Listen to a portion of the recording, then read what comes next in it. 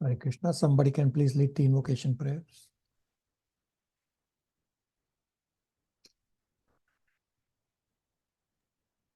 Prabhu, may I start it? Yeah, go ahead, Prabhu. Om Anyana Timurandasya Jnananjana Salakaya Chaksurumbilitam Yena Tasmai Sri Guruve Namaha Sri Chaitanyam Ranopistam Sthapitam Yena Bhutale Swayam Rupa Karamayam Dadati Swapadantikam Vande Ham Sri Guru Sri Yutapata Kamalam Sri Gurum Vaishnamscha Sri Rupam Sagradam Sahagana Raghunathan Vitam Tamsa Jivam साद्वैतम सावधूतम पारिजान सहितम Krishna चैतन्यम देवम श्री राधा कृष्णा पादम सह गण ललिता श्री विशाखं विटम हे कृष्णा करुणा सिंधु दीनबंधु जगतपति गोपीशा गोपिका कांता राधा कांता नमोस्तुते तप्त कांचन गौरांगी राधे वृंदावनेश्वरी वृषभानु सुतदेवी प्रणमामि हरिप्रिये वाञ्छकल्पतरुभ्यश्च कृपा सिन्धुभ्यैव च पतितानां पावनेभ्यो वैष्णवेभ्यो नमो नमः। जय श्री कृष्णा चैतन्य प्रभु नित्यानंद श्री अद्वैत गदाधर श्री वासादि गौरा भक्त वृंदा हरे कृष्णा कृष्ण कृष्ण हरे हरे हरे राम राम राम हरे हरे। ओम भगवते वासुदेवाय ओम भगवते वासुदेवाय ओम भगवते वासुदेवाय। हरे Krishna. Hare Krishna. Thank you all for coming. So, quick update on the Zoom recordings.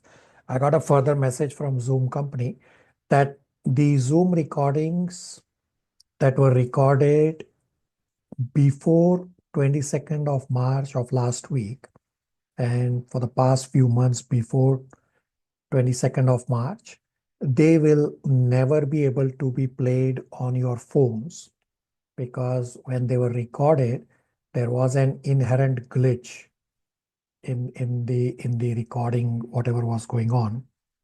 So you have no option but to download those past recordings on a computer to listen through it. Now, Malti from the other batch, she tried to, well, she's actually on this batch also. Malti has tried to convert the past recordings from free available softwares like Free Converter, and that converted recording is then able to play on the phones. So the recordings that were recorded on Zoom before 22nd March and the few months before 22nd March, they had an inherent glitch which cannot be fixed.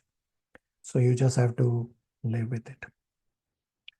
I did send a message to some of you to test. I did not respond to all of you individually. So I'm stating here, thank you all for your testing and your messages. So today, first I will answer inquiries from previous class, and then we will continue with Srimad Bhagavatam, Canto 1, Chapter 11, from verse 30 onwards, where we left off, where our crux of the discussion is about Krishna's dealings with his queens, that how Krishna is not immoral. So I will bring up on screen the inquiries.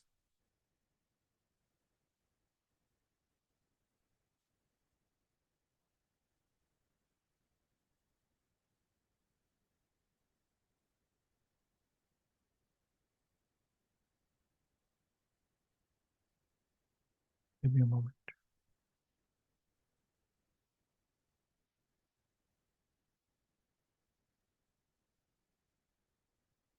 All right.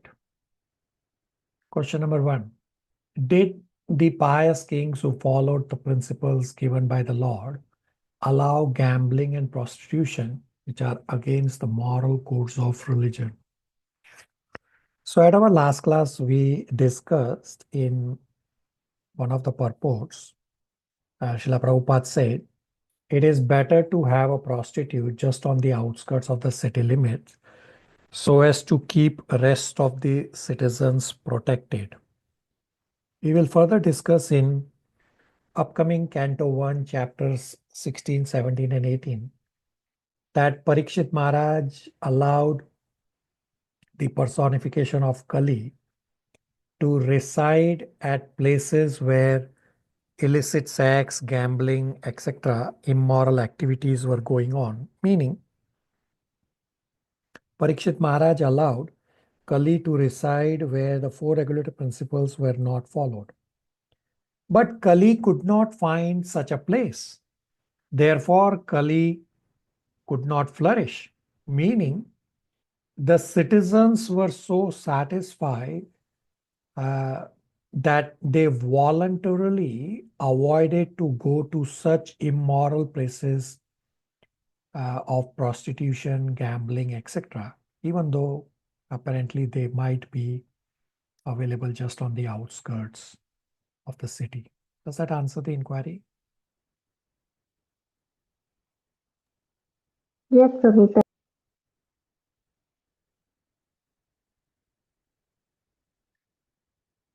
Question number 2.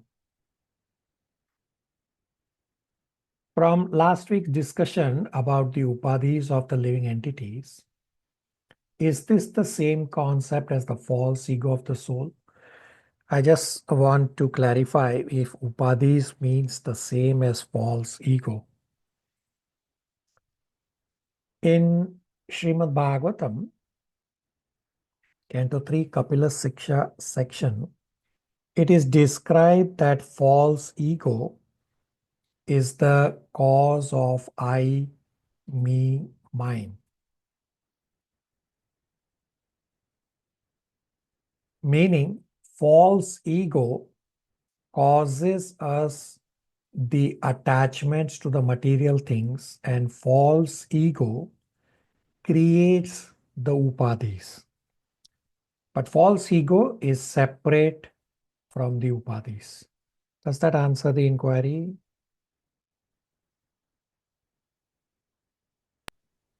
Prabhu, may I ask a question? Yeah. So Upadhi understood the material component of what the material thing is what Mahatattva creates. So is it not the gross and the subtle body that merges? Upadhi doesn't refer to the gross and subtle body. Yeah, the gross, yeah, you are correct. The upadhis refers to the gross and the subtle body. You are correct. And so the subtle body is the mind, intelligence, and ego, right? yeah. And what's your question? So then the gross and material do merge with the Mahavishnu, and the soul resides sleeping inside the womb or body of Mahavishnu. That's You how are we. correct. Yeah. So the gross Okay. body merges, which is the upadhis, and the soul stays separate, means individuality stays.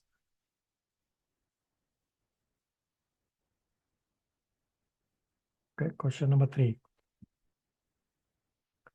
Akrura is a devoted follower of Krishna. What is the nature of his relationship? Akrura is in Vatsalya Rasa as uncle of Krishna. Question number 4. The Nagaloka planet is situated below Earth. Who are its residents? So almost all of you have seen this visual that we have on screen, which is the one universe visual, where so each universe there are 14 planetary systems and they are stacked as plates. We on Earth are on the 7th plate. If I zoom in, it will say you are here. So this is Earth. And below this 7th plate, there are many other plates. With each plate,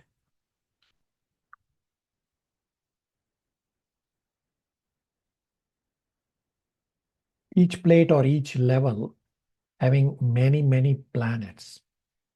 In all these infinite planets within each universe, there are jivas, living entities, living according to their respective karmic destiny.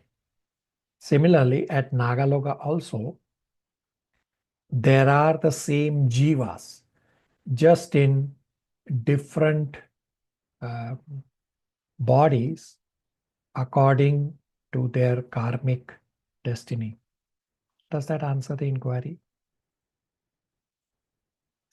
Yes, I think so. It's like human beings are also there. Yeah, humans. All jivas are humans, just in different bodies. You say humans as in living entities. So everyone will have each planet or each of those plates, the living entities have different bodies according to the conditions. For example, Sun planet also has living entities. Their bodies are made out of fire. Therefore, they are able to live on the Sun planet. Matan Prabhu? The planet is the darkest planet. Yes, there's no sun in it. Yes, Which planet? the Nagaloka planet. So there are details about each of the planet given in, I think, in Canto 8. Now, when you say the planet is dark, well, entire material existence is dark. Therefore, we need the sun to light up. So it's not just Nagaloka which is dark. The entire universe is dark. Okay, thank you.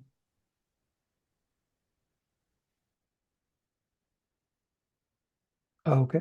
Question numbers 5 and 6 relate to the discussion about prostitution, and I will answer it together. Now, we'll first read the questions together. It's a little long discussion in the question itself because the devotee tried to combine the striking points and the inquiry together. So let's first read what the devotee is trying to say.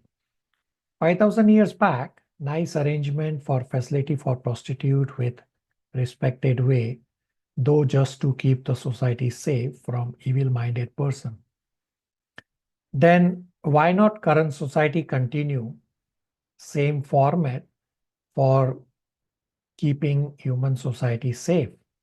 And then number 6 is, when Krishna comes, he manifests his abodes in material world, same time along with his eternal associates who are qualitatively as good as Krishna for dynamic reciprocation between them. So just wondering why prostitution exists in the abode of Krishna while their associates are same in quality as Krishna. And if exists, then what is the difference between material and spiritual worlds? So I will repeat the answer of His Grace Chaitanya Chandas on this point. Was an almost identical question asked to Chaitanya Chandas.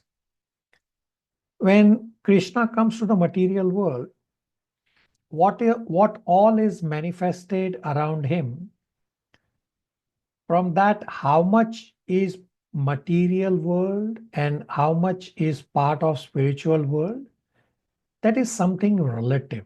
We cannot be sure about it ultimately.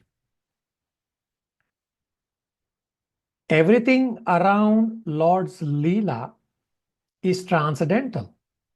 But in immediate sense, there can be right or wrong. Example, Yudhishthir gambling Draupadi was wrong in the immediate sense. But ultimately, Krishna used this to teach lessons to rest of the world. Similarly, in Ramayana, example that all citizens wanted to go with Lord Ram to exile. They were so devoted to Lord Ram. And Lord Ram had to trick them and left Ayodhya in the middle of night so that these citizens do not follow him. And then, after the exile was finished, these same citizens ended up criticizing Mother Sita. So the point is that when Lord resides in this world, it is not necessary that everyone will be with high devotion around him. Therefore, we have to recognize that there might be people in certain social roles or professions. So in Krishna's Dwarka, is that every single person was always a pure devotee in the sense that they were eternal associates? Not necessarily. The idea is that not everyone in the Dwarka Dham is a pure devotee. Now, this point about pure devotee, when we say they are pure devotees, in some way the word pure devotees is also subject to interpretation. Just as Srila Prabhupada has said that all his disciples are pure devotees. And then Srila Prabhupada also went on to say that all his disciples are actually potential pure devotees. So they were not pure devotees at that point in time. So exactly what the term pure devotees means may need some consideration and analysis. So first, what you have to understand from Srimad Bhagavatam, you have to understand the overall context of Srimad Bhagavatam. The context of Srimad Bhagavatam is, or specifically what we were discussing in chapter 11, or what we are discussing in Canto 1, chapter 11. It is about the overwhelming attraction to Krishna independent of your individual circumstances. So in Canto 1, the theme is that there is irresistible attraction to Krishna, which is demonstrated while Krishna is entering Dwarka, to the point that everyone was attracted to him. Even the prostitutes were attracted towards him rather than we focusing so much on the statement about the socio-cultural nature of Dwarka, or even the statement about how pure devotee would function like a prostitute.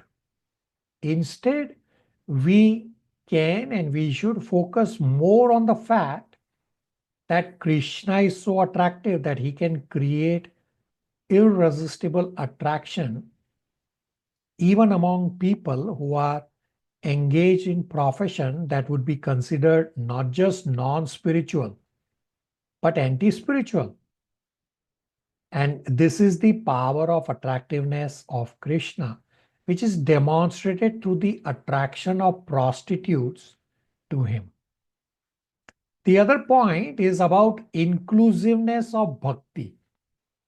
That anyone can practice bhakti, which is described in Bhagavad Gita 9.32, where the verse says that even low-born women, Shudras, Chandalas can also get elevated if they take up the bhakti process. So we have to focus on what the scriptures are focusing. Otherwise, we will miss out on the teachings. So the thrust of Srimad Bhagavatam, Canto 1, chapter where Krishna is entering Dwarka, is that everyone is attracted to Krishna irrespective of their individual circumstances. Does that answer the inquiry, Nitya? Yes, Prabhu, it was a really good answer. One thing I wanted to just ask, is it because it was Dwarka Yuga, and that already on the four principles of religion, two were already, third principle was already in the process of. So in Satya Yuga, they would not have had gambling and prostitution and everything. In Satya Yuga also there were these negative points just in very tiny form. So it's not that Satyuga is also 100% pure, just that the degree was very, very less.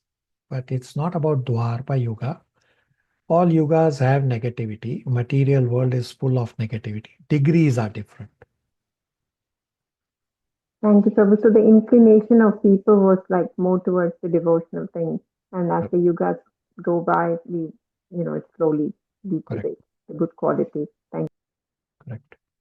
Everybody on the same page?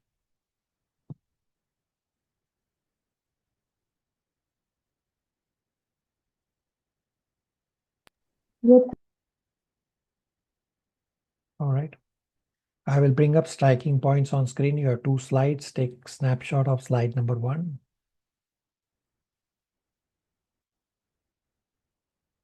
And here is slide number 2.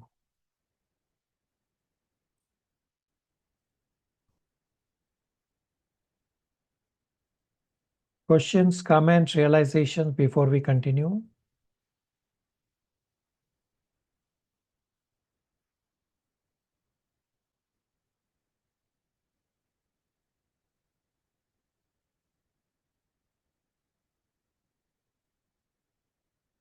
All right. So we will now continue from Canto 1, Chapter 11, verse number 30 onwards from where we had left off at our last class. So just the context of where we are.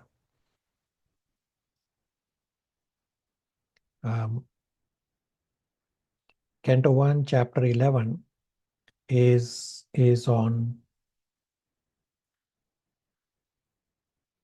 Krishna entering Dwarka. So we discussed at our last class that how all the Dwarkavasis receive Krishna. And then there's beautiful description of Dwarka city.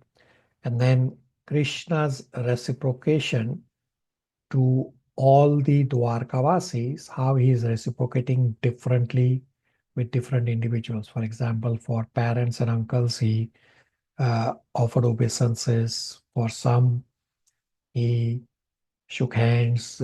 For some, he embraced. For some, he just gave them a glance. For some, he said, when you are in trouble, come and speak to me. So he reciprocated with everyone differently according to how the reciprocation should be. Verse 30 onwards describes Krishna's dealings with his 16,108 queens. These verses describe who is Krishna, who are the queens, and how Krishna is not immoral. Now his behavior looks like on the mundane platform that he has 16,108 wives.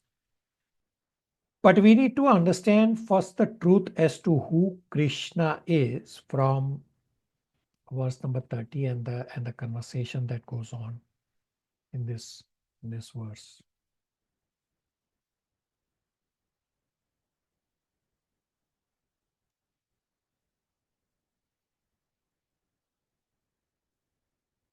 Abhishek Prabhu, verse number 30, translation and purport.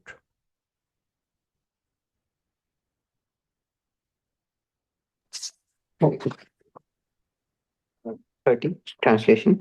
All the women auspiciously glorified their lives despite their being without individuality and without purity. Their husband, the lotus eyed personality of Godhead, never left them alone at home. He always pleased their hearts by making valuable presentations. Purport. The devotees of the Lord are purified souls.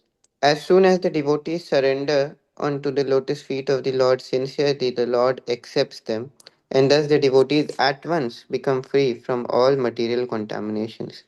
Such devotees are above the three modes of material nature. There is no bodily disqualification of a devotee, just as there is no qualitative difference between the Ganges water and the filthy drain water when they are amalgamated. Women, merchants, and laborers are not very intelligent, and thus it is very difficult for them to understand the signs of God or to be engaged in the devotional service of the Lord. They are more materialistic, and less than them are the Kiratas, Hunatas, Andhras, Pulindas, Pulkasas, Abhiras, Kankas, Yavanas, Khasas, etc. But all of them can be delivered if they are properly engaged in the devotional service of the Lord. By engagement in the service of the Lord, the Prabhu, designative. what verse are you reading? Oh, I'm so sorry, Prabhuji. I was at 11th chapter. I'm so sorry. Oh, sorry, 10th. I got on 10th chapter by mistake. I'm so sorry. Yeah, 1130 translation and purport. I'm so sorry, Prabhuji.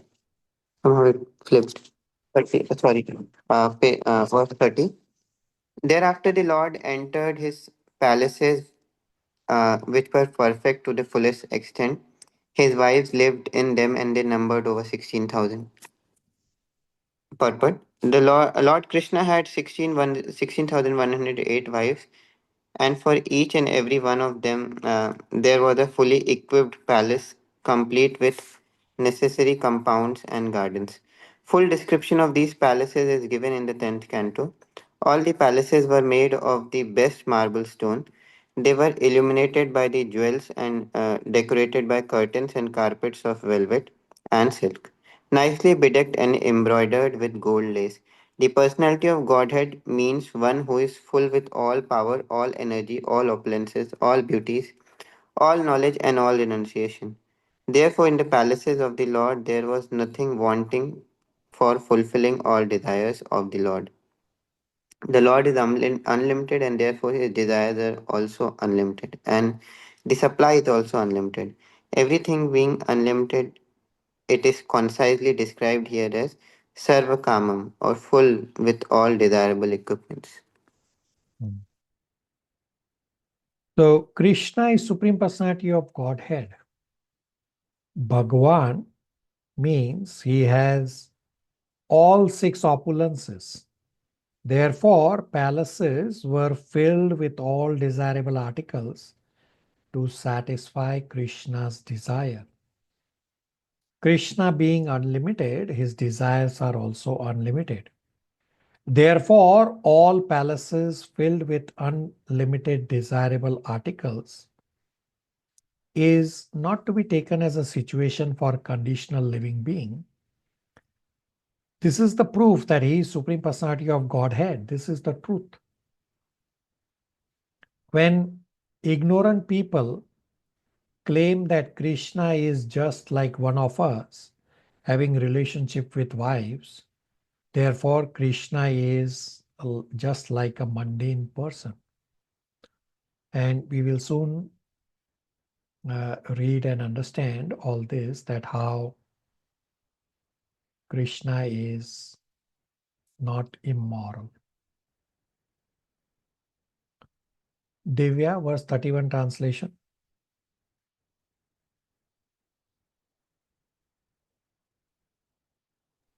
Hare Krishna Prabhuji, you meant me, right? Say that again. Divya, your voice is very soft. Oh, can you hear me now, Prabhuji? Yeah. Okay. Verse 31 translation. Hare Krishna. The queens of Lord Sri Krishna rejoiced within their minds to see their husband home after a long period abroad. The queens got up at once from their seats and meditations. As was socially customary, they covered their faces shyly and looked about coyly. Mhm. So in the purport, Srila Prabhupada explains the position of queens, that what tattva is being described about the king, about the queens. So how do you understand these Krishna's dealings with queens in Dwarka? Now Krishna's dealings with his queens looks like on the mundane platform, But first understand in truth who is Krishna, who are the queens, and how the dealings are not mundane but are on the transcendental platform. So Krishna is Bhagavan because he is full in all six opulences. Krishna being unlimited, therefore all palaces were filled with undesirable, not just undesirable, with unlimited desirable articles to satisfy his unlimited desire. Now, this is not to be taken the same as for conditioned living beings. And this is the proof and the truth that he is Supreme Personality of Godhead. No one is equal to or greater than Krishna. Therefore, we cannot see Krishna with mundane morals. So Krishna expanded himself to 16,108 times. Simultaneously, he entered each of his queen's palaces. Now, this is a unique transcendental quality of Krishna called Vaibhava. Some yogis expand themselves to few times, but in each of those expansions, the yogis can perform only one activity. I think the yogis can expand to, I think it's 8 or 9 times. That's the max they can go. And in those 8 or 9 times expansions, they can only do one activity. While Krishna expanding to 16,108 times, he was simultaneously doing different activities with each of these queens in the different palaces. Therefore, Krishna is called Yogeshwara. He is able to perform different activities at the same time with his 16,108 expansions. So just as the cloud resting on the sky cannot moisten the sky when it rains, similarly, material nature resting on Krishna, but material qualities cannot touch him. Such is the truth about the Lord, then how can he be accepted as mundane person? Now, the queens are all expansions of his internal potency.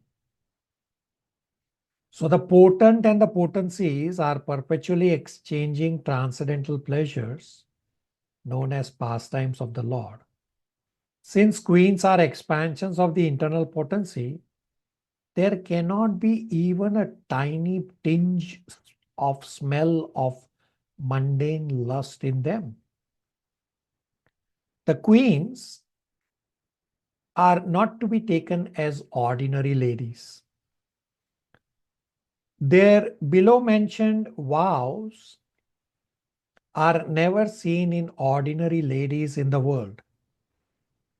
The vows that the queens followed were Kridam. Kridam means not involved in any kind of play when Krishna was away.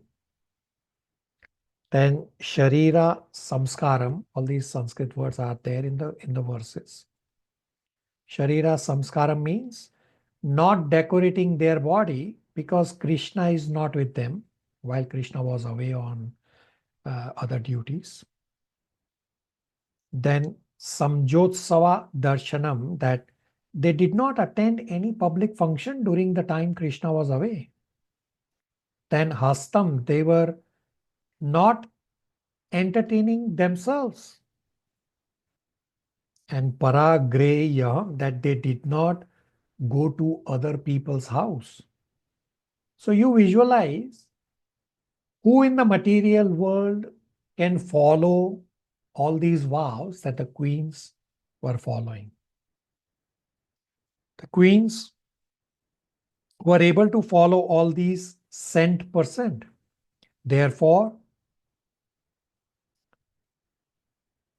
the queens are not taken as any ordinary ladies, and their dealings with Krishna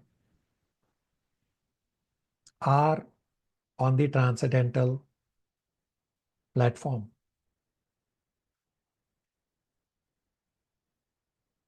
So we'll skip few verses and we'll first read verse number 36 for the context of what we are discussing.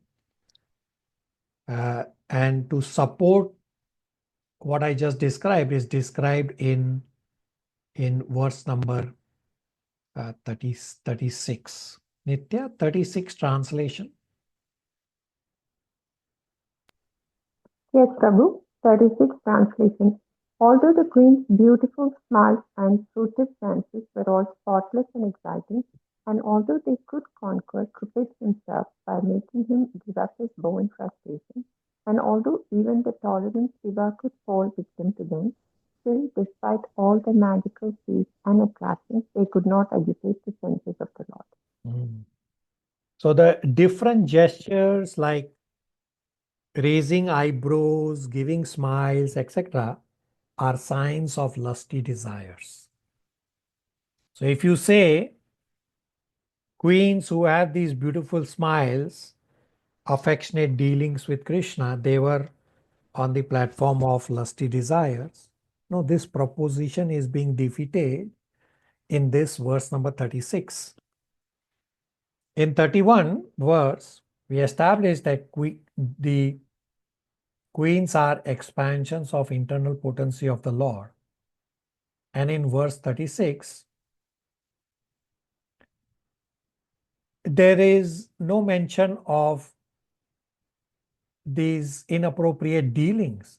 Even in their smiling gestures, etc., all these were pure desires to satisfy Krishna. In verse number 36, Srila Prabhupada says, they satisfied him by their sincere affection and service. In this verse 36, Srila Prabhupada says that only by unalloyed transcendental loving service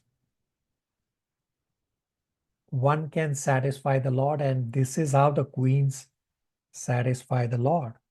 So how is Krishna not an immoral person? The points for this is that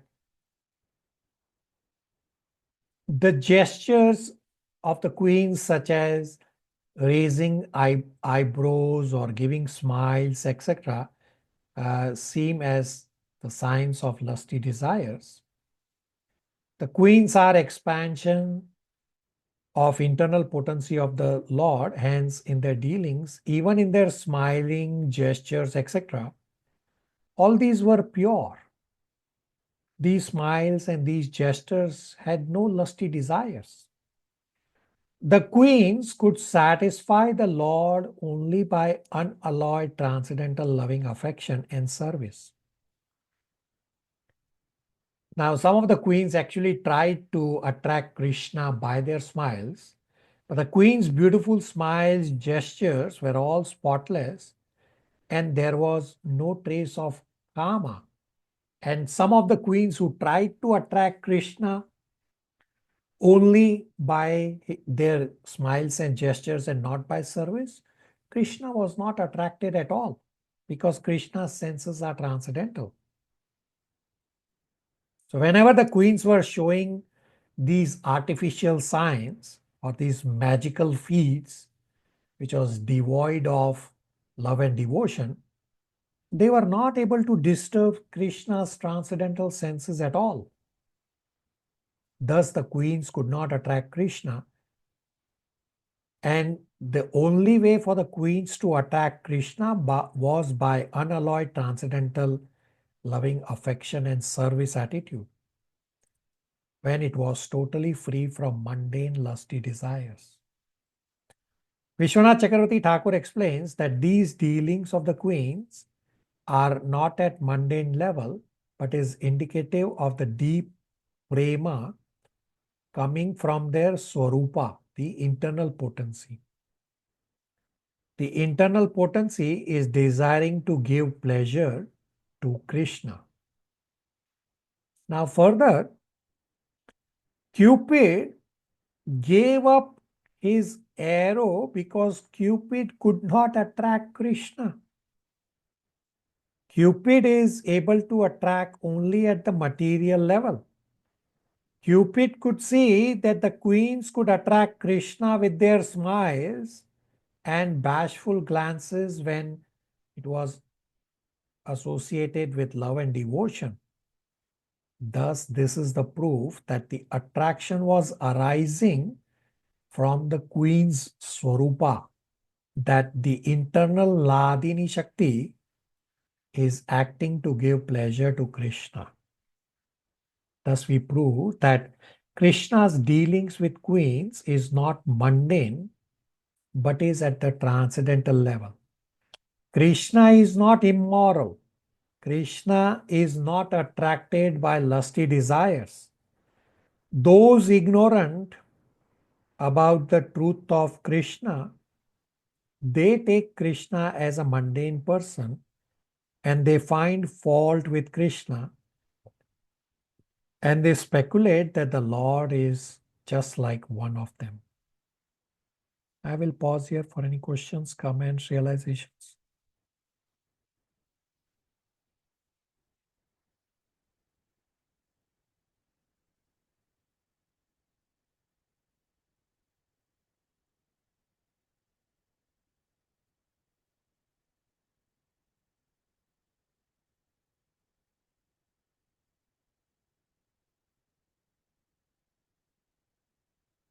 Gauri, 32, 33 translations, they are straightforward verses. Verse number 32. The insuperable ecstasy was so strong that the queens, who were shy, first embraced the Lord in the innermost recesses of their hearts. Then they embraced him visually, and then they sent their sons to embrace him, which is equal to personal embracing. But, O chief among the Bhrigus, though they tried to restrain their feelings, they inadvertently shed tears. The translation, verse 33. Although Lord Sri Krishna was constantly by their sides, as well as exclusively alone, his feet appeared to them to be newer and newer. The goddess of fortune, although by nature always restless and moving, could not quit the Lord's feet. So, what woman can be detached from those feet, having once taken shelter of them? Hare Krishna. All right. Straightforward verses. Chandran Prabhu, 34, 35, it describes the character of Krishna. Hare Krishna. Text 34. The Lord was pacified after killing those kings who were burdensome to the earth. They were puffed up with their military strength, their horses, elephants, chariots, infantry, etc. He himself was not a party in the fight. He simply created hostility between the powerful administrators and they fought amongst themselves. He was like the wind which causes friction between bamboos and so sparks a fire. Text 35. The Supreme Personality of Godhead Sri Krishna, out of his causeless mercy, appeared on this planet by his internal potency and enjoyed himself amongst competent women as if he were engaging in mundane affairs. Text 36. Hold on. So Krishna is not attached to anything. Those kings who are burdens on earth, they were all defeated by the unseen design of the Supreme Lord, just like in forest, due to wind, the two bamboos come together and by interaction of the two bamboos, there is fire created. So even without any weapons, Krishna was able to destroy these kings who were burden on earth. He was totally unattached in such an action. Krishna was able to annihilate all these powerful kings who were burden on earth and without taking any weapon. This is the glory of Krishna. This is the character of Krishna. Verse number 37 describes that those who are ignorant of the knowledge of Krishna, they think Krishna is immoral. Matan Prabhu, 37.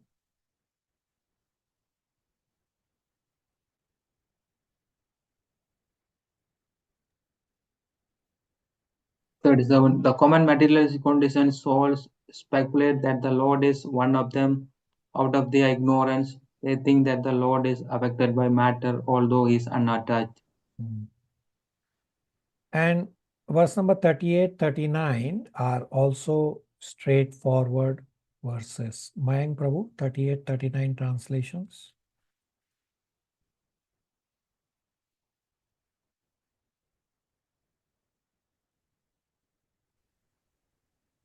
Sorry, Prabhuji, you asked me. Yeah, Mayank Prabhu, 38, 39 translations. Hare Krishna. 38. This is the divinity of the personality of Godhead. He is not affected by the qualities of material nature, even though he is in contact with them. Similarly, the devotees who have taken shelter of the Lord do not become influenced by the material qualities. 39. The simple and delicate women truly thought that Lord Krishna, their beloved husband, followed them and was dominated by them. They were unaware of the extent of the glories of their husband, as the atheists are unaware of him as the supreme controller. So verse 38 explains his quality as the Supreme Lord. Even though the gunas are there, he is in contact with the gunas, but still he is not affected by the gunas. Example, cloud is resting on the sky,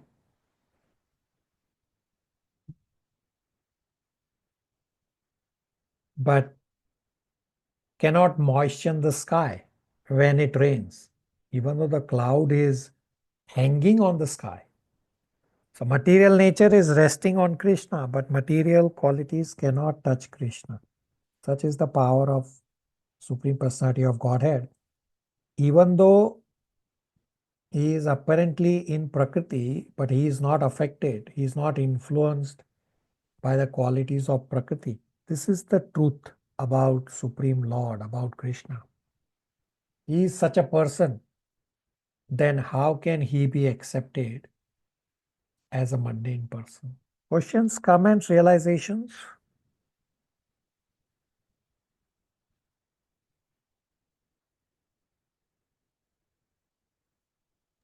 Hare Krishna, Prabhuji.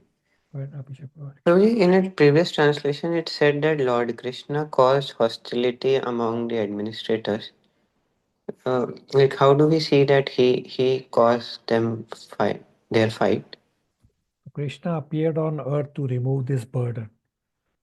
So step back as to why Krishna appeared. So Brahma and Mother Earth went to the banks of a river to pray to Vishnu, saying there is too much burden on earth with these impious kings.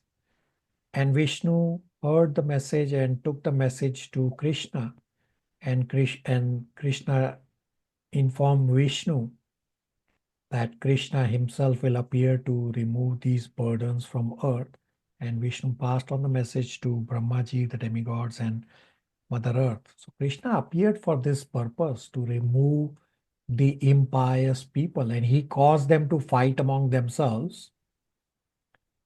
And the analogy was given like how the two bamboos brush against each other and cause fire. That's exactly what Krishna did. They were caused to fight among themselves, and they got destroyed in the process.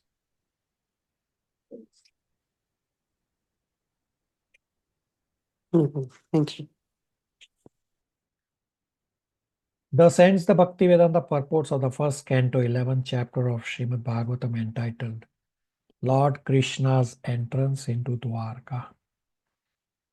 We will continue with chapter 12. So rest of canto 1 from chapter 12 till end, means chapter 19, are pretty straightforward chapters. Yeah, you may find some heavy discussion in chapters 17, 18 about the cursing of Parikshit, but rest of Chapter 12 onwards are pretty straightforward chapters. So we discussed in chapter 11 how Krishna arrived in Dwarka and the different aspects of the Vedic reception. And then the Dwarka is described as a beautiful city. And then we also discussed just a few minutes ago about Krishna's dealings with his queen. That Krishna is not immoral. Rather, Krishna's relationship with his queens is transcendental, because queens are all expansions of his internal potency. The potent and the potency are perpetually exchanging transcendental pleasures known as pastimes. Since queens are expansions of the internal potency, there cannot be even a tiny tinge smell of mundane lust in them. And we discussed that these queens are not to be taken as ordinary ladies just based on the fact that they are expansions, and look at the vows that they were following when Krishna was away. It's not possible for any other ordinary lady to follow all these vows. Chapter 12 discusses the birth of Parikshit Maharaj. Chapter 12 is titled Birth of Emperor Parikshit. It's divided into 4 parts. Part 1, verses 1 to 6, inquiries about Parikshit Maharaj, plus glories of Yudhishthir's rule. Part 2, verses 7 to 17, Parikshit Maharaj's vision of the Lord in the womb. Part 3, verses 18 to 31, Brahmanas glorify the qualities of Parikshit Maharaj. Part 4, verses 32 to 36. Yudhishthir performs sacrifice to atone his sins. Shivangi, verse 1 translation.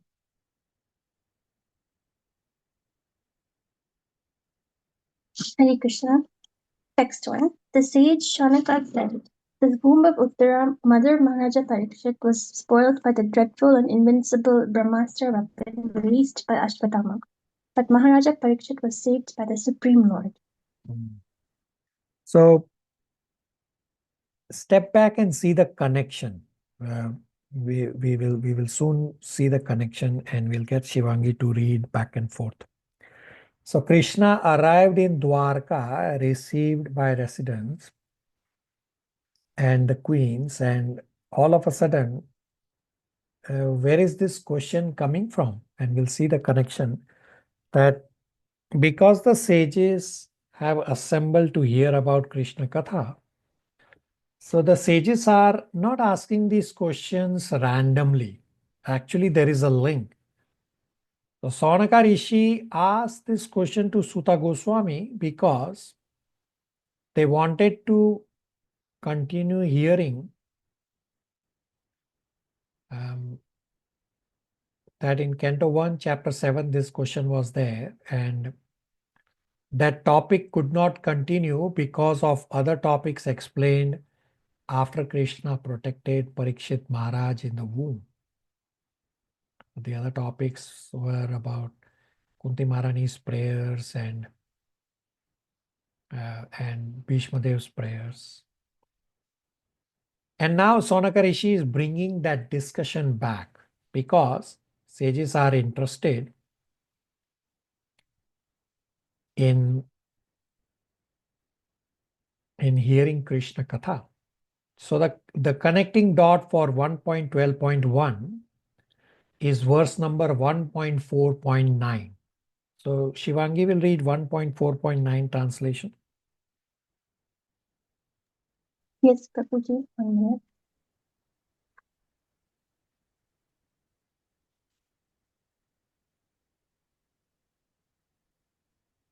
1.4.9 Translation. It is said that Maharaja Parikshit is a great first-class devotee of the Lord, and that his birth and activities are all wonderful. Please tell us about him. So the sages had asked this question back in Canto 1, Chapter 4, verse number 9, that please tell us about the birth and activities of Parikshit Maharaj. And as the discussion was going on, there were these other conversations happening. And then now the sages are bringing this question back again in 1.12.1. Plus, this conversation had also happened in 1.7.12. So Shivangi will read 1.7.12.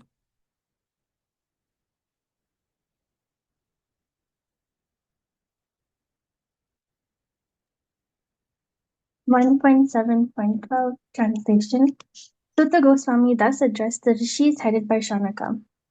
Now I shall begin the transcendental narration of the Lord, Sri Krishna, and topics of the birth, activities, and deliverance of King Parikshit, the sage amongst kings, as well as topics of the renunciation of the worldly orders by the sons of Pandu.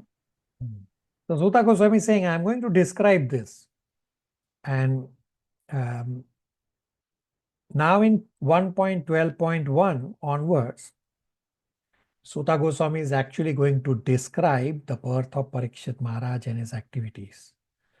In 1.12.1 purport, Srila Prabhupada does all this connection, what we just read. Srila Prabhupada explains all of this. Shivangi, 1.12.1 translation and purport. Translation. The sage Shaunaka said, the womb of Uttara, mother of Maharaja Parikshit, was spoiled by the dreadful and invincible Brahmastra weapon released by Ashwatthama. But Maharaja Parikshit was saved by the Supreme Lord. Purport. The sages assembled in the forest of Naimisharanya inquired from Sutta Goswami about the birth of Maharaja Parikshit, but in the course of the narration, other topics like the release of the Brahmastra by the son of Drona, his punishment by Arjuna, Queen Kunti Devi's prayers, the Pandavas' visit to the place where Bhishma Deva was lying, his prayers, and thereafter the Lord's departure for Dwarka were discussed. His arrival at Dwarka and residing with the 16,000 queens, etc., were narrated. The sages were absorbed in hearing such descriptions, but now they wanted to return to the original topic, and thus the inquiry was made by Shanaka Rishi. So the subject of the release of the Brahmastra weapon is Ashwatthama is renewed. Everybody sees the connection that Srimad Bhagavatam is not random. There is a link to all the conversations. Everybody? Yes, Prabhu. Yes, Prabhu. Right. Vimal Prabhu, verse 2 and 3 translation, chapter 12. 2. How was the great Emperor Parikshit, who was highly intelligent and a great devotee, born in that womb? How did his death take place, and what did he achieve after his death? Text 3. We all respectfully want to hear about him, Maharaj Parikshit, to whom Sukhdev Goswami imparted transcendental knowledge. Please speak on this matter. So there are 2 points explained in the purport of verse number 2. First, the degradation of the highly talented Brahmana community as the first symptom of the age of Kali. The age of Kali began to act just after the assumption of power by Parikshit Maharaj. The first sign of misgivings of Kali was exhibited in the cursing of such a greatly intelligent and devoted King Parikshit Maharaj. The curse was done by a Brahmana's son. The first symptom of the age of Kali, namely the degradation of the highly talented Brahmana community, had just begun. And the second point is the reasons why Parikshit Maharaj did not counteract to the curse.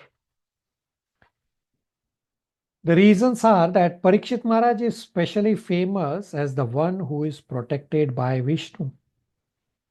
Parikshit Maharaj could have invoked the mercy of the Lord to save himself. But Parikshit Maharaj did not do this because Parikshit Maharaj is a pure devotee. A pure devotee of the Lord never asks for any undue favor.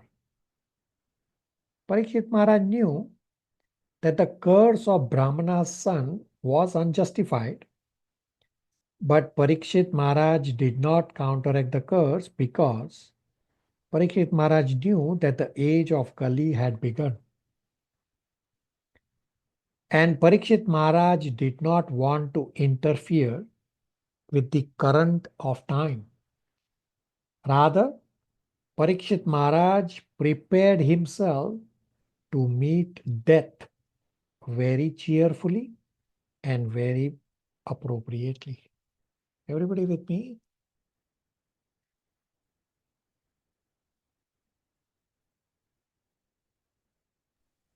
Yes.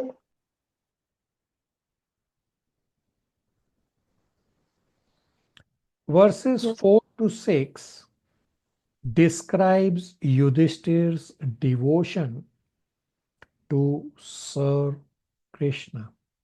Divya, verse 4 translation. Hare Krishna. Verse 4 translation.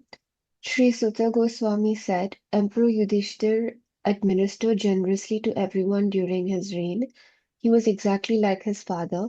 He had no personal ambition and was freed from all sorts of sense gratification because of his continuous service unto the lotus feet of the Lord Sri Krishna. So because Yudhishthir was devoted to the Lord, hence Yudhishthir protected all citizens as father. Therefore, Krishna actually took care of all of Yudhishthir's needs because predominantly Yudhishthir was engaged in devotional service of the Lord.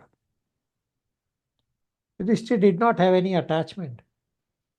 Krishna being pleased by Yudhishthir's devotion, Krishna took care of Yudhishthir's material needs. So the learning for me is that when I take up Krishna consciousness with sincerity, make Krishna as my goal, then all needs required in the society will be taken care by Krishna.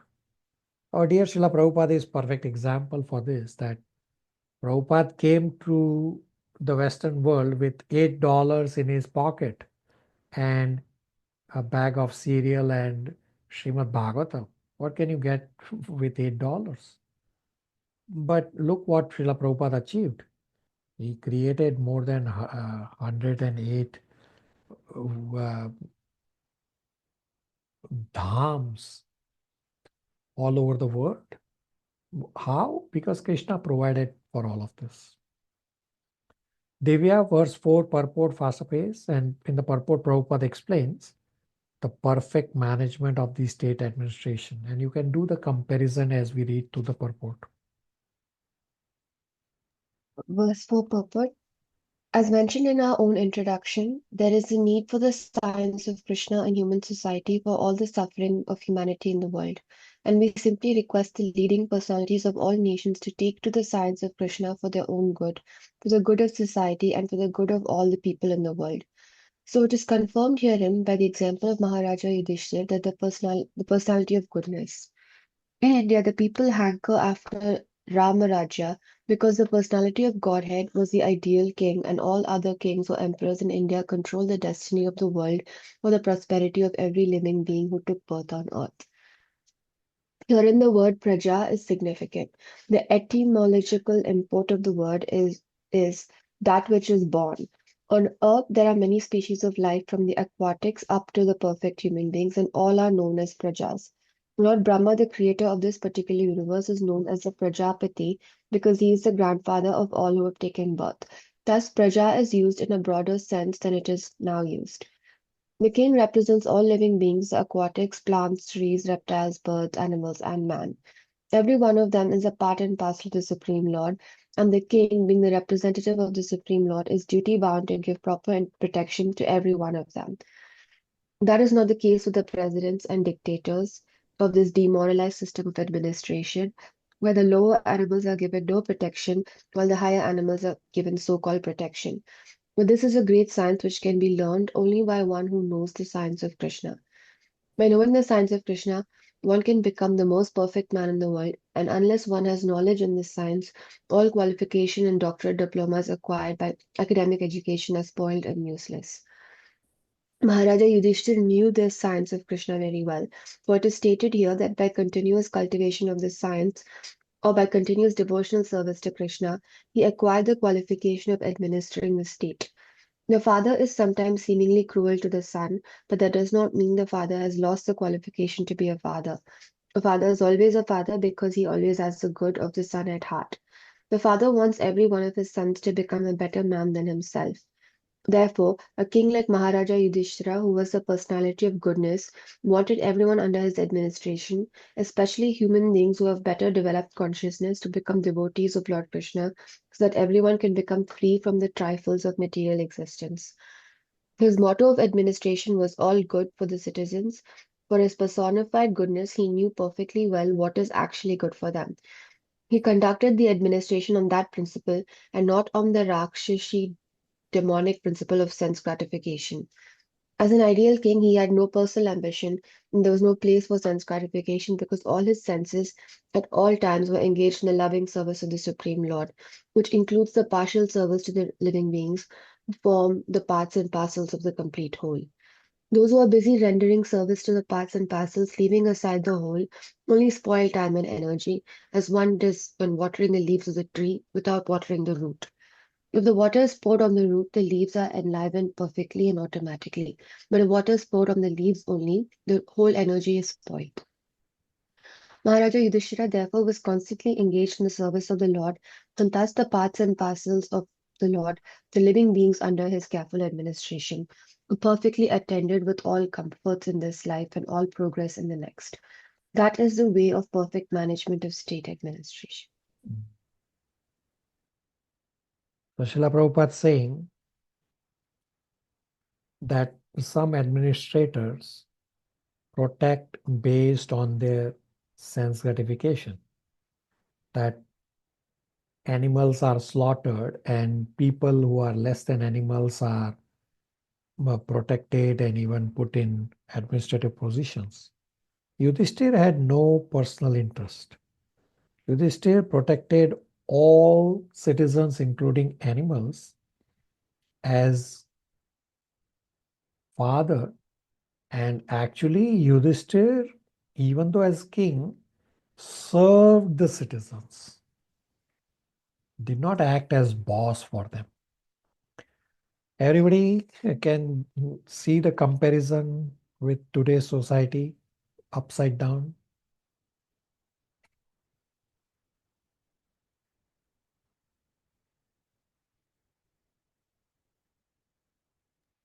Yes, Yes, Prabhuji.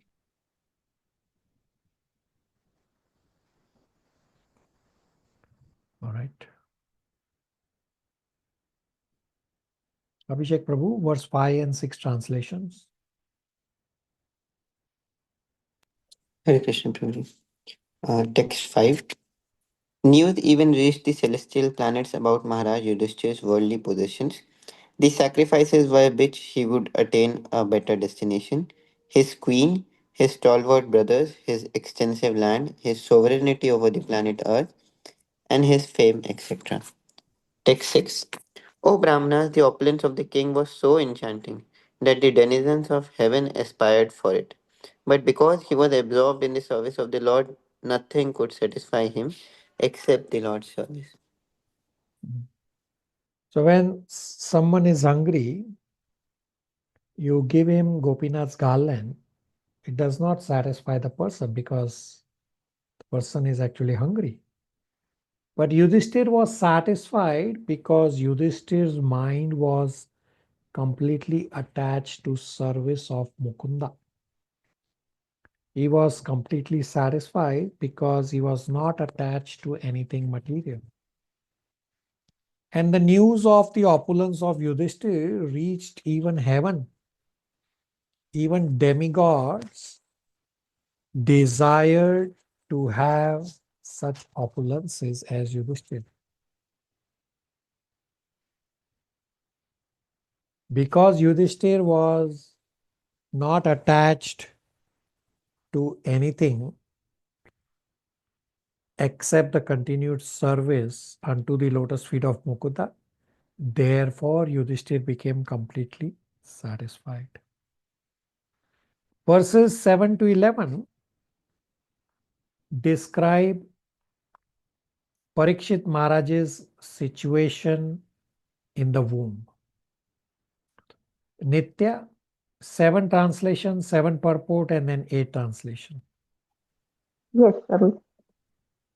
Text 7.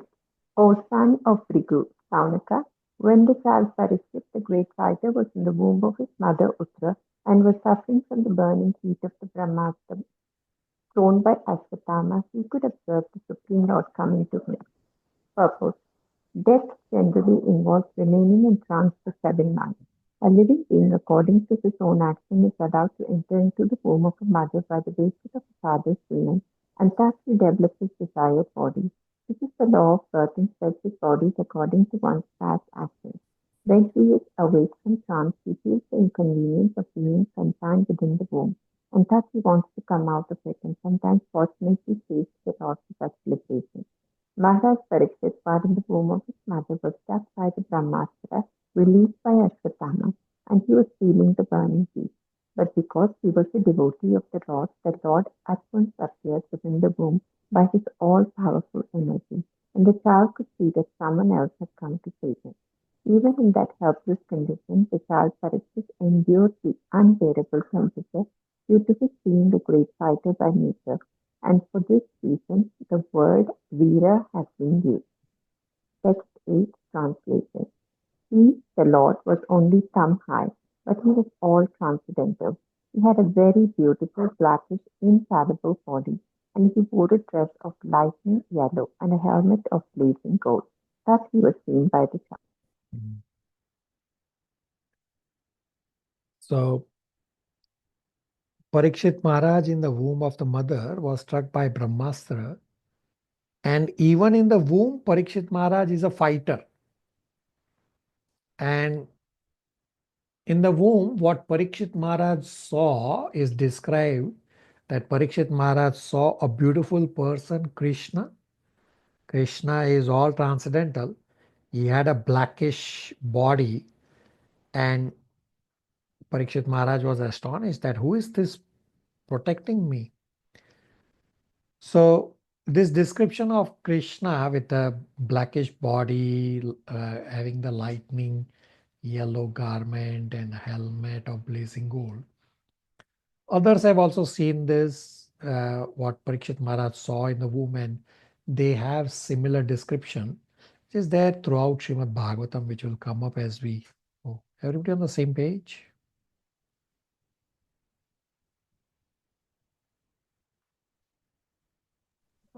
Hare Krishna, Prabhu. Yeah, Abhishek, Prabhu, go ahead. Prabhuji, this it is said that the child in the mother's womb prays to the Lord.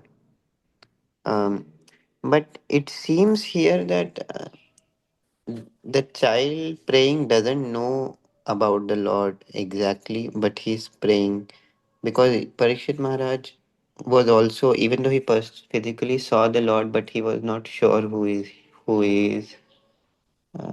So your question is? I'm not able to understand whether the child actually knows the Lord when he prays, or he's praying to like Gajen's prayers. Like they don't know, they just pray to some higher authority who can save them.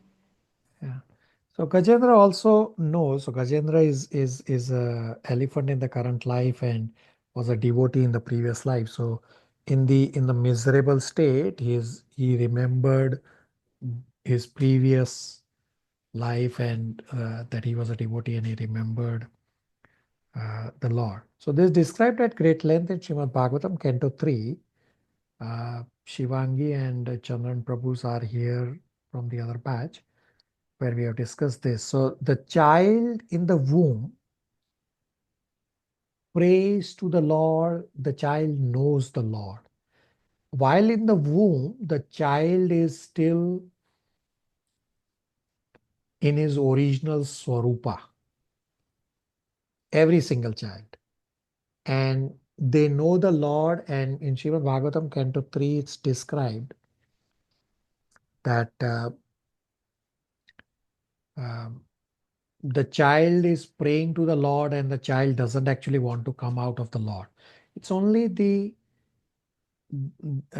child who is praying like this is only a fortunate child who has been blessed by a Vaishnava, a devotee of the Lord. So here Parikshit Maharaj is already a pure devotee. He does know. He's just kind of trying to describe that. First he doesn't know who he is. But then he realizes, because Parikshit Maharaj, I'm in the womb. Who's coming in the womb?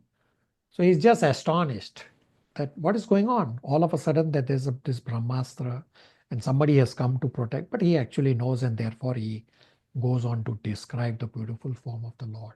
That he is like a thumb high and a blackish body, yellow garment, golden helmet, etc. Abhishek Prabhu? So it is not all children who pray to the Lord in the womb. You are correct. Yes, You are correct. It's described in Srimad Bhagavatam, Canto 3 at great length, that only the fortunate child knows the Supreme Personality of Godhead, and he doesn't want to come out. All child may pray in the womb, but the one that is blessed by a Vaishnava, they are more fortunate and they actually don't want to come out of the womb. Abhishek Prabhu? Did I Guruji, I have answer? one. Did I Yes, answer? Did I yes. confuse you? No. This uh makes more sense. Correct. Go ahead. This makes more sense. This second question is regarding Yudhishthir Maharaj, the point which you made that uh he was totally dependent on the Lord and Lord was taking care. So now for us, we do work for our material things also. So is it a impediment in our total surrender? You are absolutely correct. It's an impediment. As long as you think that you have to take care of your future, it's an impediment because you are at bodily concept of life. You don't know the Supreme Personality of Godhead as the Supreme Personality of Godhead. That includes me also. So don't feel disheartened with this. We all are in the process of getting purified. So yes, you are correct that as long as you think that anything material is going to protect me, it is because of our bodily concept of life. And in Srimad Bhagavatam, there's a key memorization verse, Canto 3, that the person thinks that the infallible, his own body, his children and family is going to protect him. Well, it is not going to help him at all. All these are so-called soldiers. They are not soldiers. They are the so-called soldiers, and he is just in his illusion thinking that these so-called soldiers are going to protect me. Let me see if I can find that verse. It's a key memorization verse from Canto 3.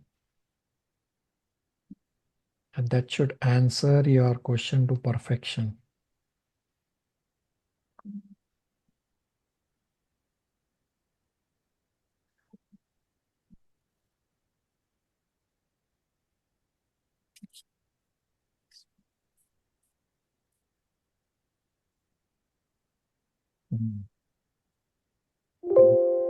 Find right now. Give me a moment.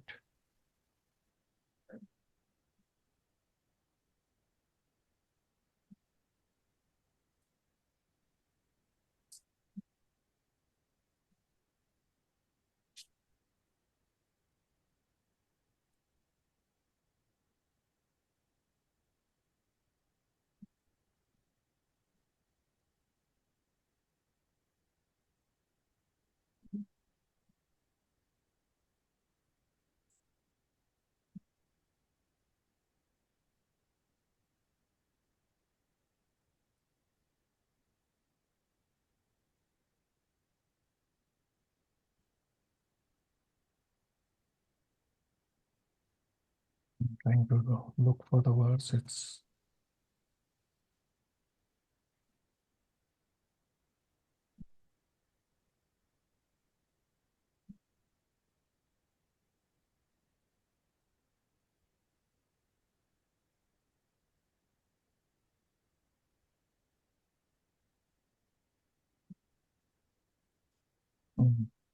I cannot find right now. I will bring up the verse on screen next time. Sorry for that. I should be able to find that verse, but somehow right now I am unable to.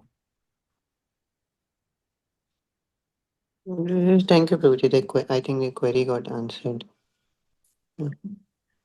Yeah, I understand, but the verse is also important to read. Yes. It's a direct answer. Yeah, okay, I found it. The verse is not from Canto 2, but it's from Canto 2. So it's 2.1.4. I'll bring up on screen. Yeah, Abhishek Prabhu, you want to read the translation? So it's 2.1.4 translation. Yes, Prabhuji. Translation. Persons devoid of Atma Tattva do not inquire into the problems of life, being too attached to the fallible soldiers like body, children, and wife. Although sufficiently experienced, they still do not see their inevitable destruction. Like the soldiers, like his own body, children, and wife. Although everybody sees death every single day, but they do not see their own inevitable destruction. Does that answer the inquiry? Yes, Prabhuji. Thank you so much. Nitya had a question. Yes, Prabhu, just a quick follow-up. The mother's womb is also considered a place of like darkness. So it's between the fortunate child who wants not to come out, or is the mother's womb uh, considered? Because somewhere I think you discussed being in the womb and the process of birth. So the fortunate child still wants to stay in the mother's womb. You are correct. So what are you saying? Mother's womb is what? I lost your voice there. I believe, Prabhu, you had talked about this, that people celebrate birth, but birth itself is a very, Yeah. hard process, Yeah, and you nobody are, wants to come into the material world. But is the mother's womb also considered to be, not the best place to be for a soul? yeah. The mother's womb is the worst place you can find. Described at great length in Srimad Bhagavatam, Canto 3, Chapter 30, that, and Shivangi and Chandran Prabhus are here from the other batch, that I've described that when you read Canto 3, Chapter 30 about the soul's suffering in mother's womb, you will have two reactions. Either you will become very angry or you will become completely detached. So that you will never want to come back to the material world. The description of the suffering of the soul in mother's womb given in Canto 3, Chapter 30 is so graphically horrible. It is literally horrible that we all have gone through this misery in each of our respective mother's womb. And Prabhupada goes on to describe that we forget. And therefore, people in the material world celebrate. And in that same continuation of thought, Prabhupada goes on to describe that actually, even though mother's womb is such a horrible place, but a fortunate soul still does not want to come out of the mother's womb because at least in the mother's womb, the soul still has its original Swarupa, where he can remember and worship the Supreme Lord. As soon as he comes out, the birth itself is a very traumatizing event. And because of that traumatizing event is why the soul forgets all the horrible, miserable situation in the womb and is overtaken by material nature. So it's only the fortunate soul who doesn't want to come out. And the example, one of the example for this is Sukadeva Goswami, that he lived in his mother's womb for 16 years. He would not come out. He said, no, I don't want to come out. I will get entangled with material nature.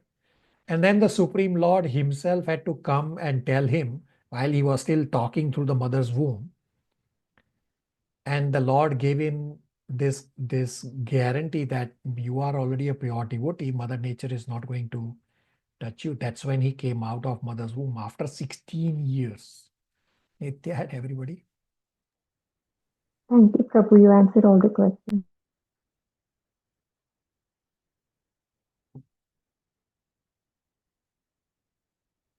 Okay, who was the last one who read? Verse 7 and 8. Nitya read. Okay. Gauri, 9, 10, and 11 translations. Hare Krishna. Verse 9 translation. The Lord was enriched with 4 hands, earrings of molten gold, and eyes blood red with fury. As he loitered about, his club constantly encircled him like a shooting star. Text 10. The Lord was thus engaged in vanquishing the radiation of the Brahmastra, just as the sun evaporates a drop of dew. He was observed by the child, who thought about who he was. Text 11. While thus being observed by the child, the Supreme Personality of Godhead, the Super Soul of everyone, and the Protector of righteousness, who stretches in all directions and who is unlimited by time and space, disappeared at once. Text 12. Thereupon, when all the good signs of the zodiac gradually evolved, the heir apparent of Pandu, who would be exactly like him in prowess, took birth. Hare Krishna. So Krishna's eyes were red in anger. And Krishna is thinking that Parikshit Maharaj is my devotee. He does not have to suffer. Therefore, Krishna's eyes were red. And Krishna was very upset. Therefore, Krishna moving the club and Krishna protected Parikshit Maharaj. So, you may face this question and everyone try to answer this, or you might have already heard, or you may want to know. So did Parikshit Maharaj's body got damaged in the womb by the Brahmastra? Everybody, please answer.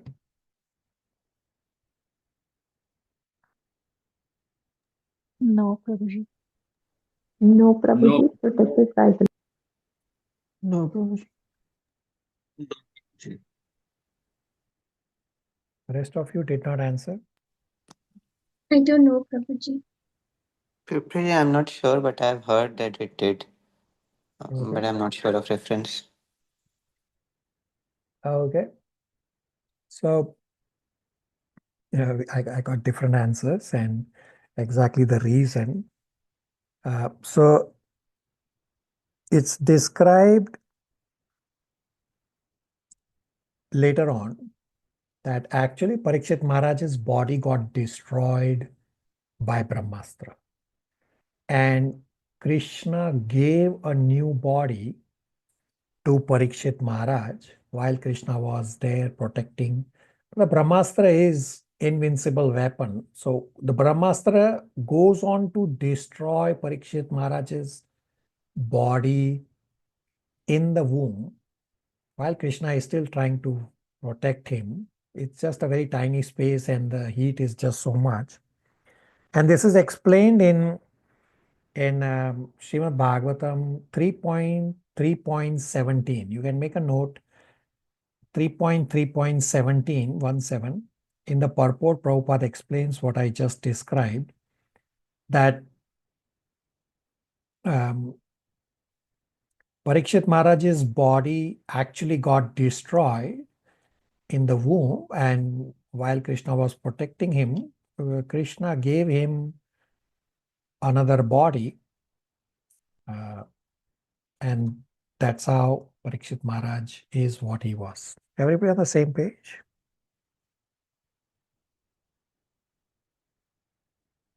Yes, Prabhu.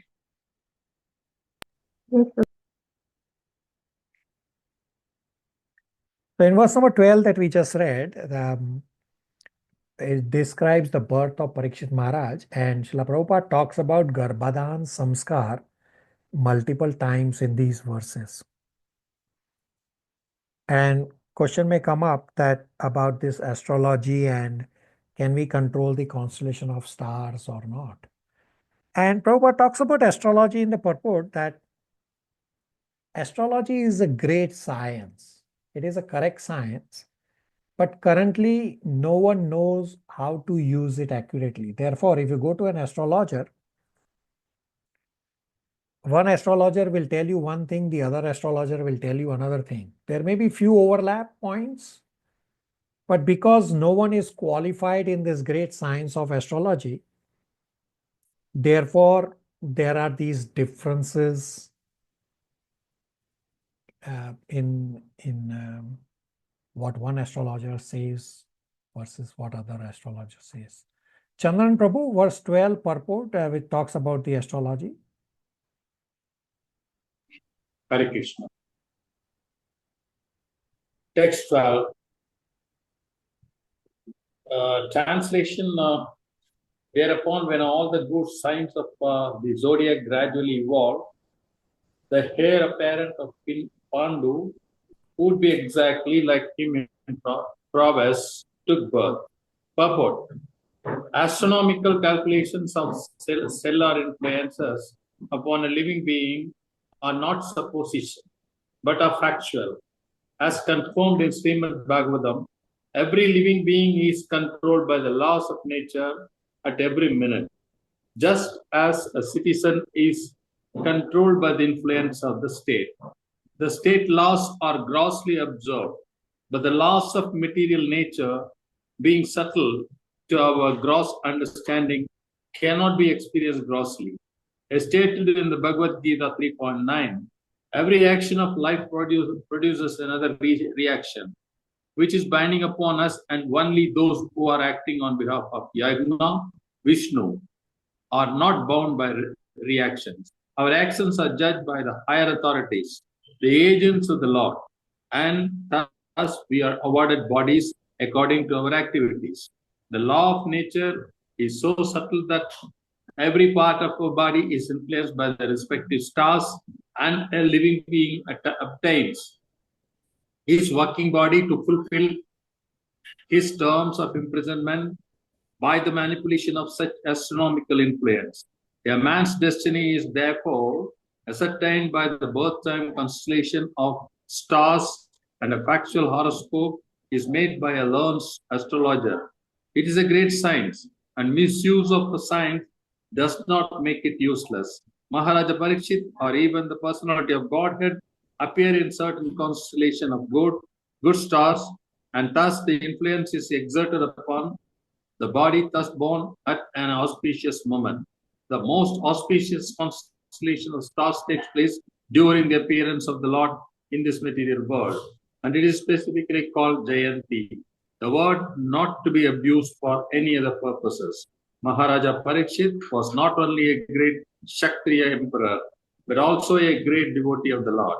Thus, he cannot take his birth at any inauspicious moment.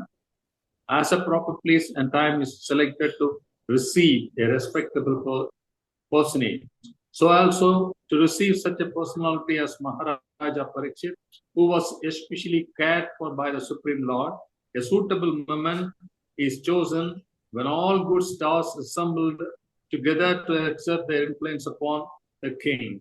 Thus, he took his birth just to be known as the great hero of Srimad Bhagavatam.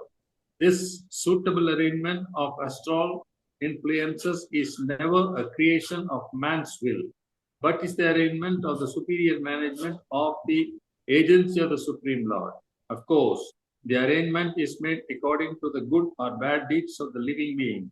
Herein lies the importance of pious acts performed by the living being.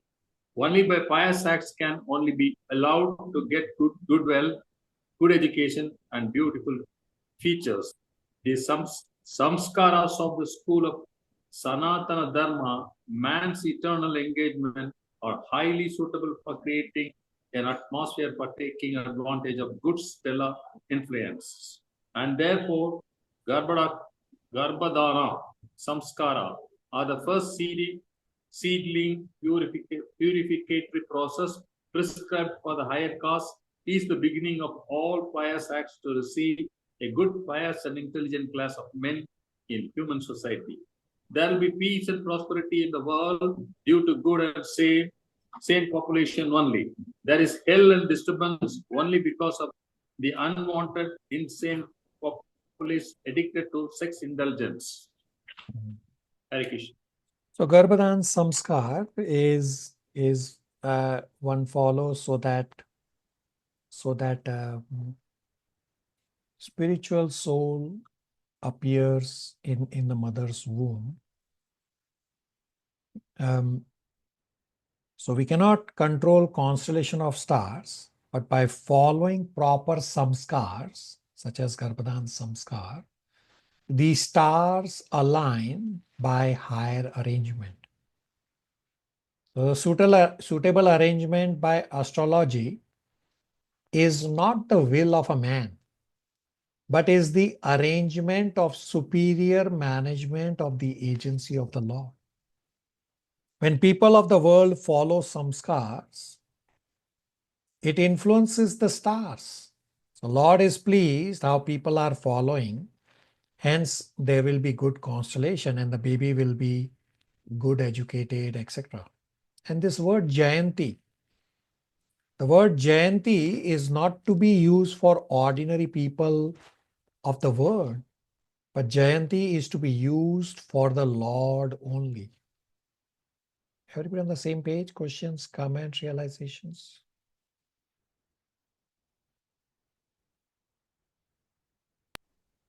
Prabhu, so if the horoscope is written as it was in ancient times by a person who really knows how to, it is actually an indication of one's destiny. You are correct. As long as somebody knows it properly, then it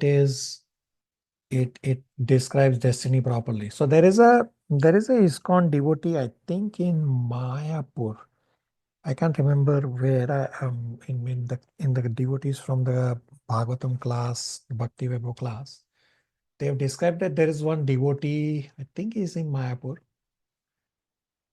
He is knowledgeable of astrology and he does this as a service. He doesn't charge. I don't think he charges. Somebody may give him dakshina, that's a different story. But there are very few who know this. Most astrologers who run a business, yes, I'm calling astrology as a business, they don't know anything. They may know a few things, but they don't know the astrology as the science as it is. Nitya? Yes, Prabhu, thank you so much. I was just blessed because my father was like, it's a mathematical thing, science, I think. And so I saw him in my childhood doing this. And I mean, I kind of have a little inclination. I mean, how good he was, I can't tell you that. But I was blessed to see how it works in the person who thinks, it's a pure thing to do it. Yeah. Some may know bits and pieces or a little more, but not in 100%. That's what Prabhupada said, that astrology is a correct science, is a great science. But right now, not everybody knows. Therefore, you will find differences between what one astrologer says versus what other astrologer says. Gauri, you had a question? Hare Krishna, Prabhuji. I was just thinking, like in today's world, if someone is interested in astrology or even knowing from an astrologer what their future is or the child's future is, like, isn't it more like getting entangled in materialism again? You are correct. Anyway, it's useless. We just read that there's no one qualified to tell you properly. So it's useless. So learn from Bhagavad Gita and Srimad Bhagavatam that we are in the material world to suffer our past karma. Our goal is to come to the level of akarma and go back home to Godhead. Why do you need to know any further details about tiny details about your destiny?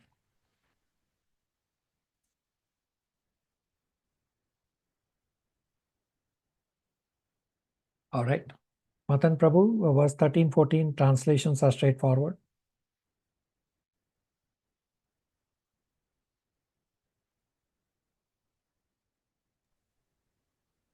Verse 13, King Yudhishthira, who was very satisfied with the birth of Maharaja Pariksit, had the purificatory process of birth performed, learned brahmanas, headed by 30Mar and Kripa, recited auspicious hymns. Verse 14, upon the birth of a son, the king, who knew how, where and when charity should be given, gave gold, land, villages, elephants, horses, and good food grains to the brahmanas. Straightforward verses. And in the next few verses, brahmanas will talk about the perfection of Parikshit Maharaj. Mayank Prabhu, 15, 16, 17 translations again are straightforward.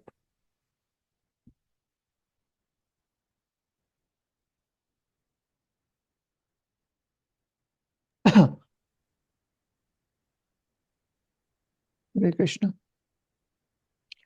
The learned Brahmanas, who were very satisfied with the charities of the king, addressed him as the chief amongst the Purus and informed him that his son was certainly in the line of descent from the Purus. Text 16. The Brahmanas said, "This spotless son has been restored by the all-powerful and all-pervasive Lord Vishnu, the personality of Godhead, in order to oblige you. He was saved when he was doomed to be destroyed by an irresistible supernatural weapon." Text 17. For this reason, this child will be well known in the world as one who is protected by the personality of Godhead. O most fortunate one, there is no doubt that this child will become a first-class devotee and will be qualified with all good qualities. So, talking about the qualities of Parikshit Maharaj. Verses 18 to 31, Brahmanas glorify the future qualities of Parikshit Maharaj. All these verses are very straightforward. The purports are very long. We won't read the purports. So I will let Shivangi read all these so many verses from 18 to 31 translations. They are straightforward, glorifying the future qualities of Parikshit Maharaj. Shivangi, 18 to 31. Okay, just 1 second.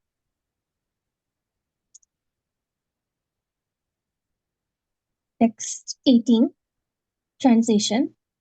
The good king Yudhishthira inquired, O great souls, will he become as saintly a king, as pious in his very name, and as famous and glorified in his achievements as others who appeared in this great royal family? The learned Brahmanas said, O son of Pritha, this child shall be exactly like King Ikshvaku, son of Manu, in maintaining all those who are born. And as for following the Brahmanical principles, especially in being true to his promise, he shall be exactly like Rama, the personality of Godhead, the son of Maharaja Dasharatha. The child will be a munificent donor of charity and protector of the surrendered, like the famous King Shivi of the Ushinara country. And he will expand the name and fame of his family like Bharata, the son of Maharaja Dushyanta. Amongst great bowmen, this child will be as good as Arjuna. He will be as irresistible as fire and as unsurpassable as the ocean. This child will be as strong as a lion and as worthy a shelter as the Himalaya mountains.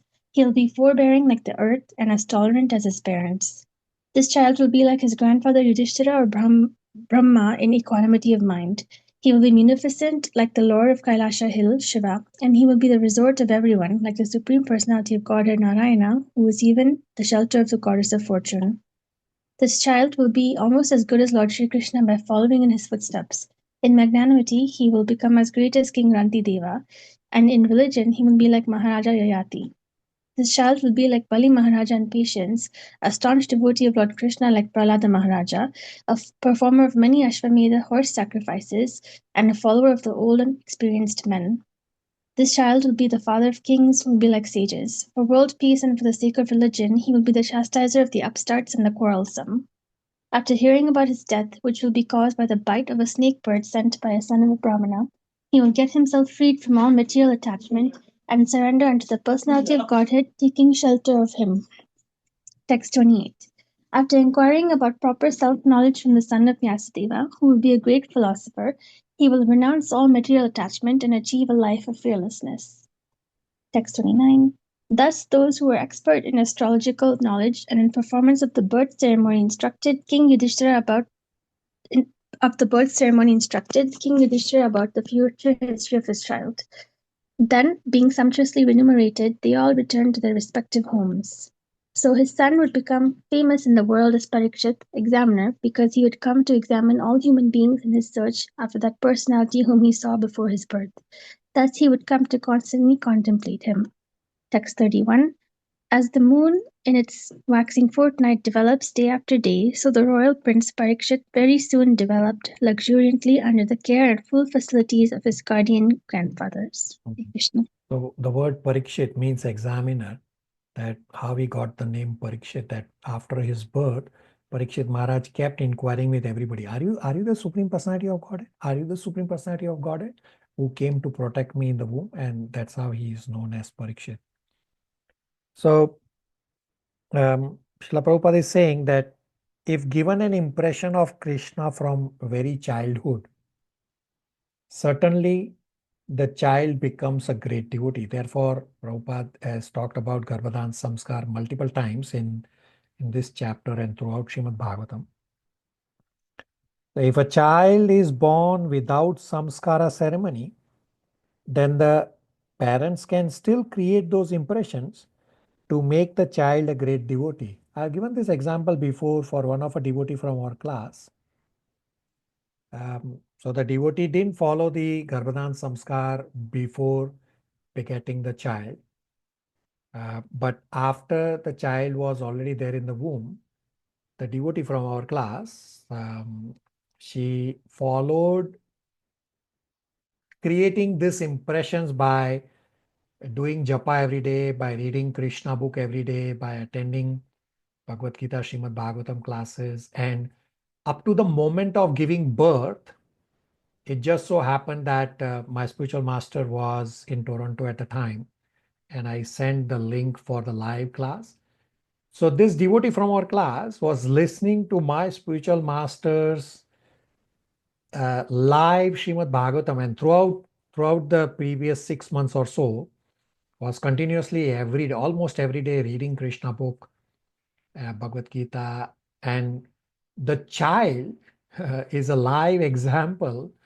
The child is a Krishna conscious child.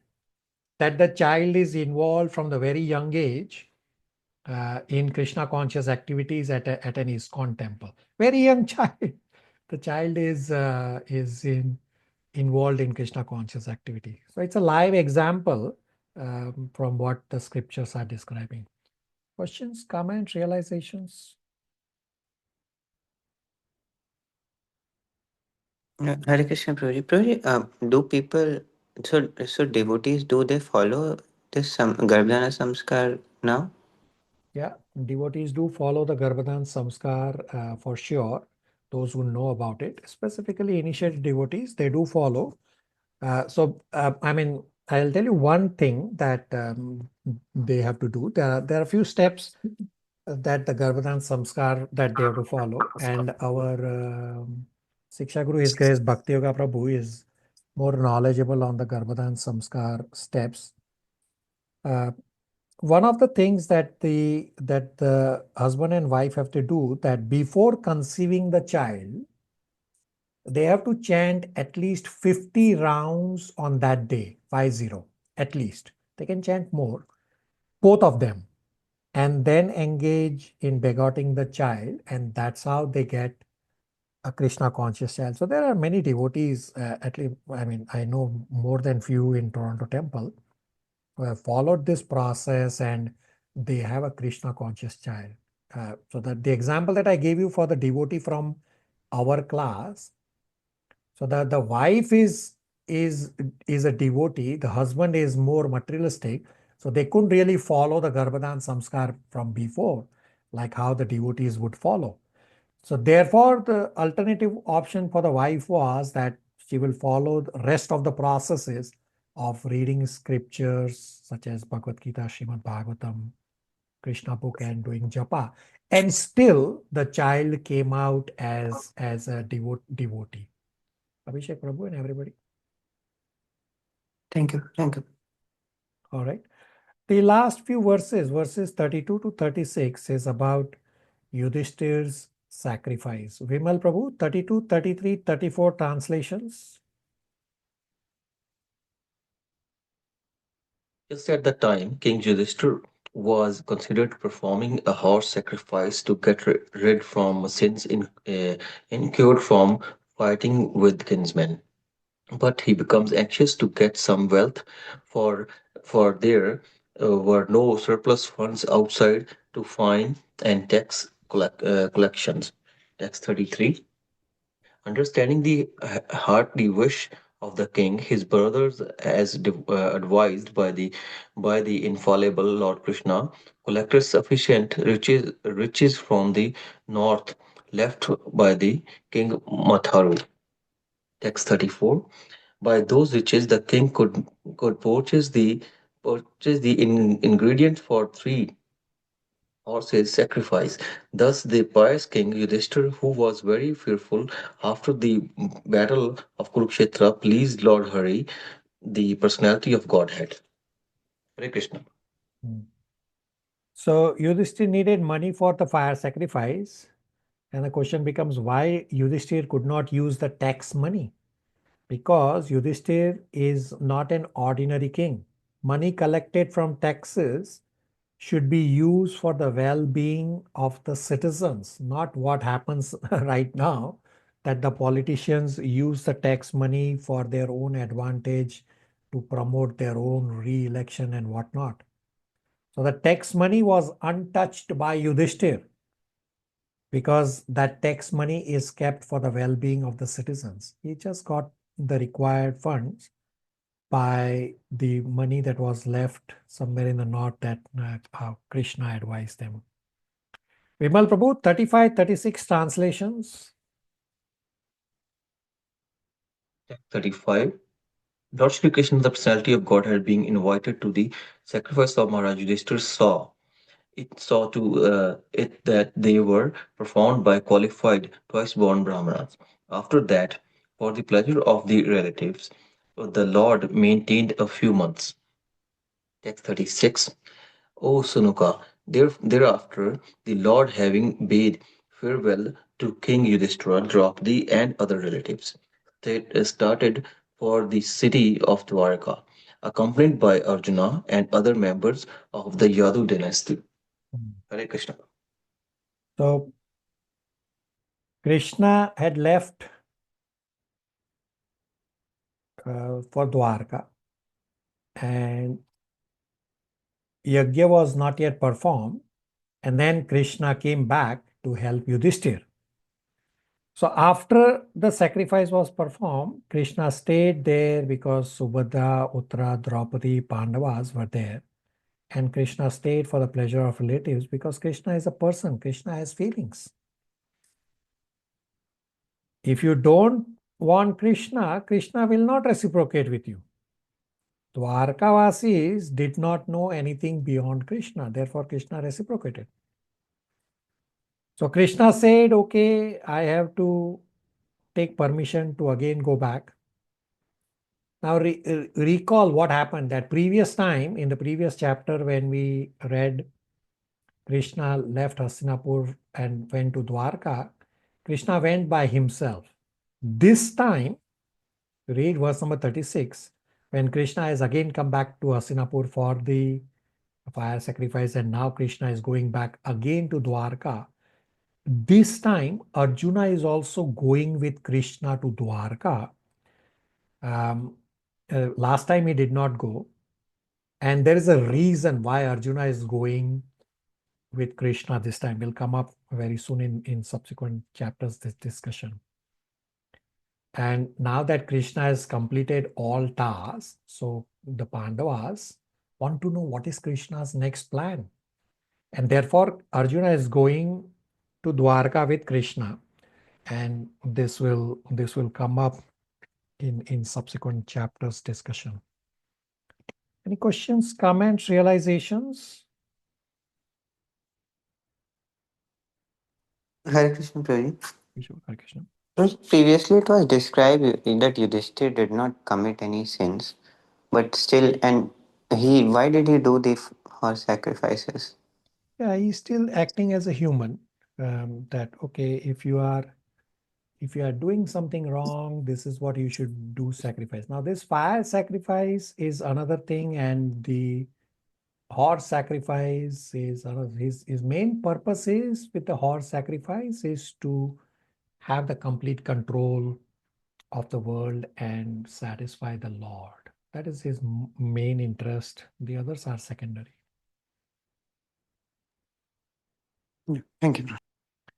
Thus ends the Bhaktivedanta purports of the first canto, 12th chapter of Srimad Bhagavatam, entitled Birth of Emperor Parikshit. Homework questions, please take note quickly. You have quite a few homework questions to write down. First, analyze relationship between Krishna and his queens in Dwarka.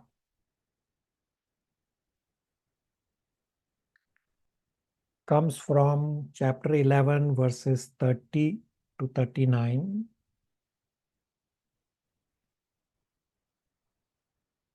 Next is an analogy. Water poured on a root automatically enlivens the leaves. Similarly, Yudhishthir was constantly engaged in service of the Lord. Comes from chapter 12, verse 4. Next is again an analogy. Association with fire makes an object hot. Similarly, association with the Supreme Personality of Godhead makes one qualified like the Lord. Comes from chapter 12, verse number 24. And the last is for our next class, read the entire chapter 13. It has 60 verses, but we'll aim to cover the entire chapter 13. So as I had said that rest of Canto 1 is pretty straightforward.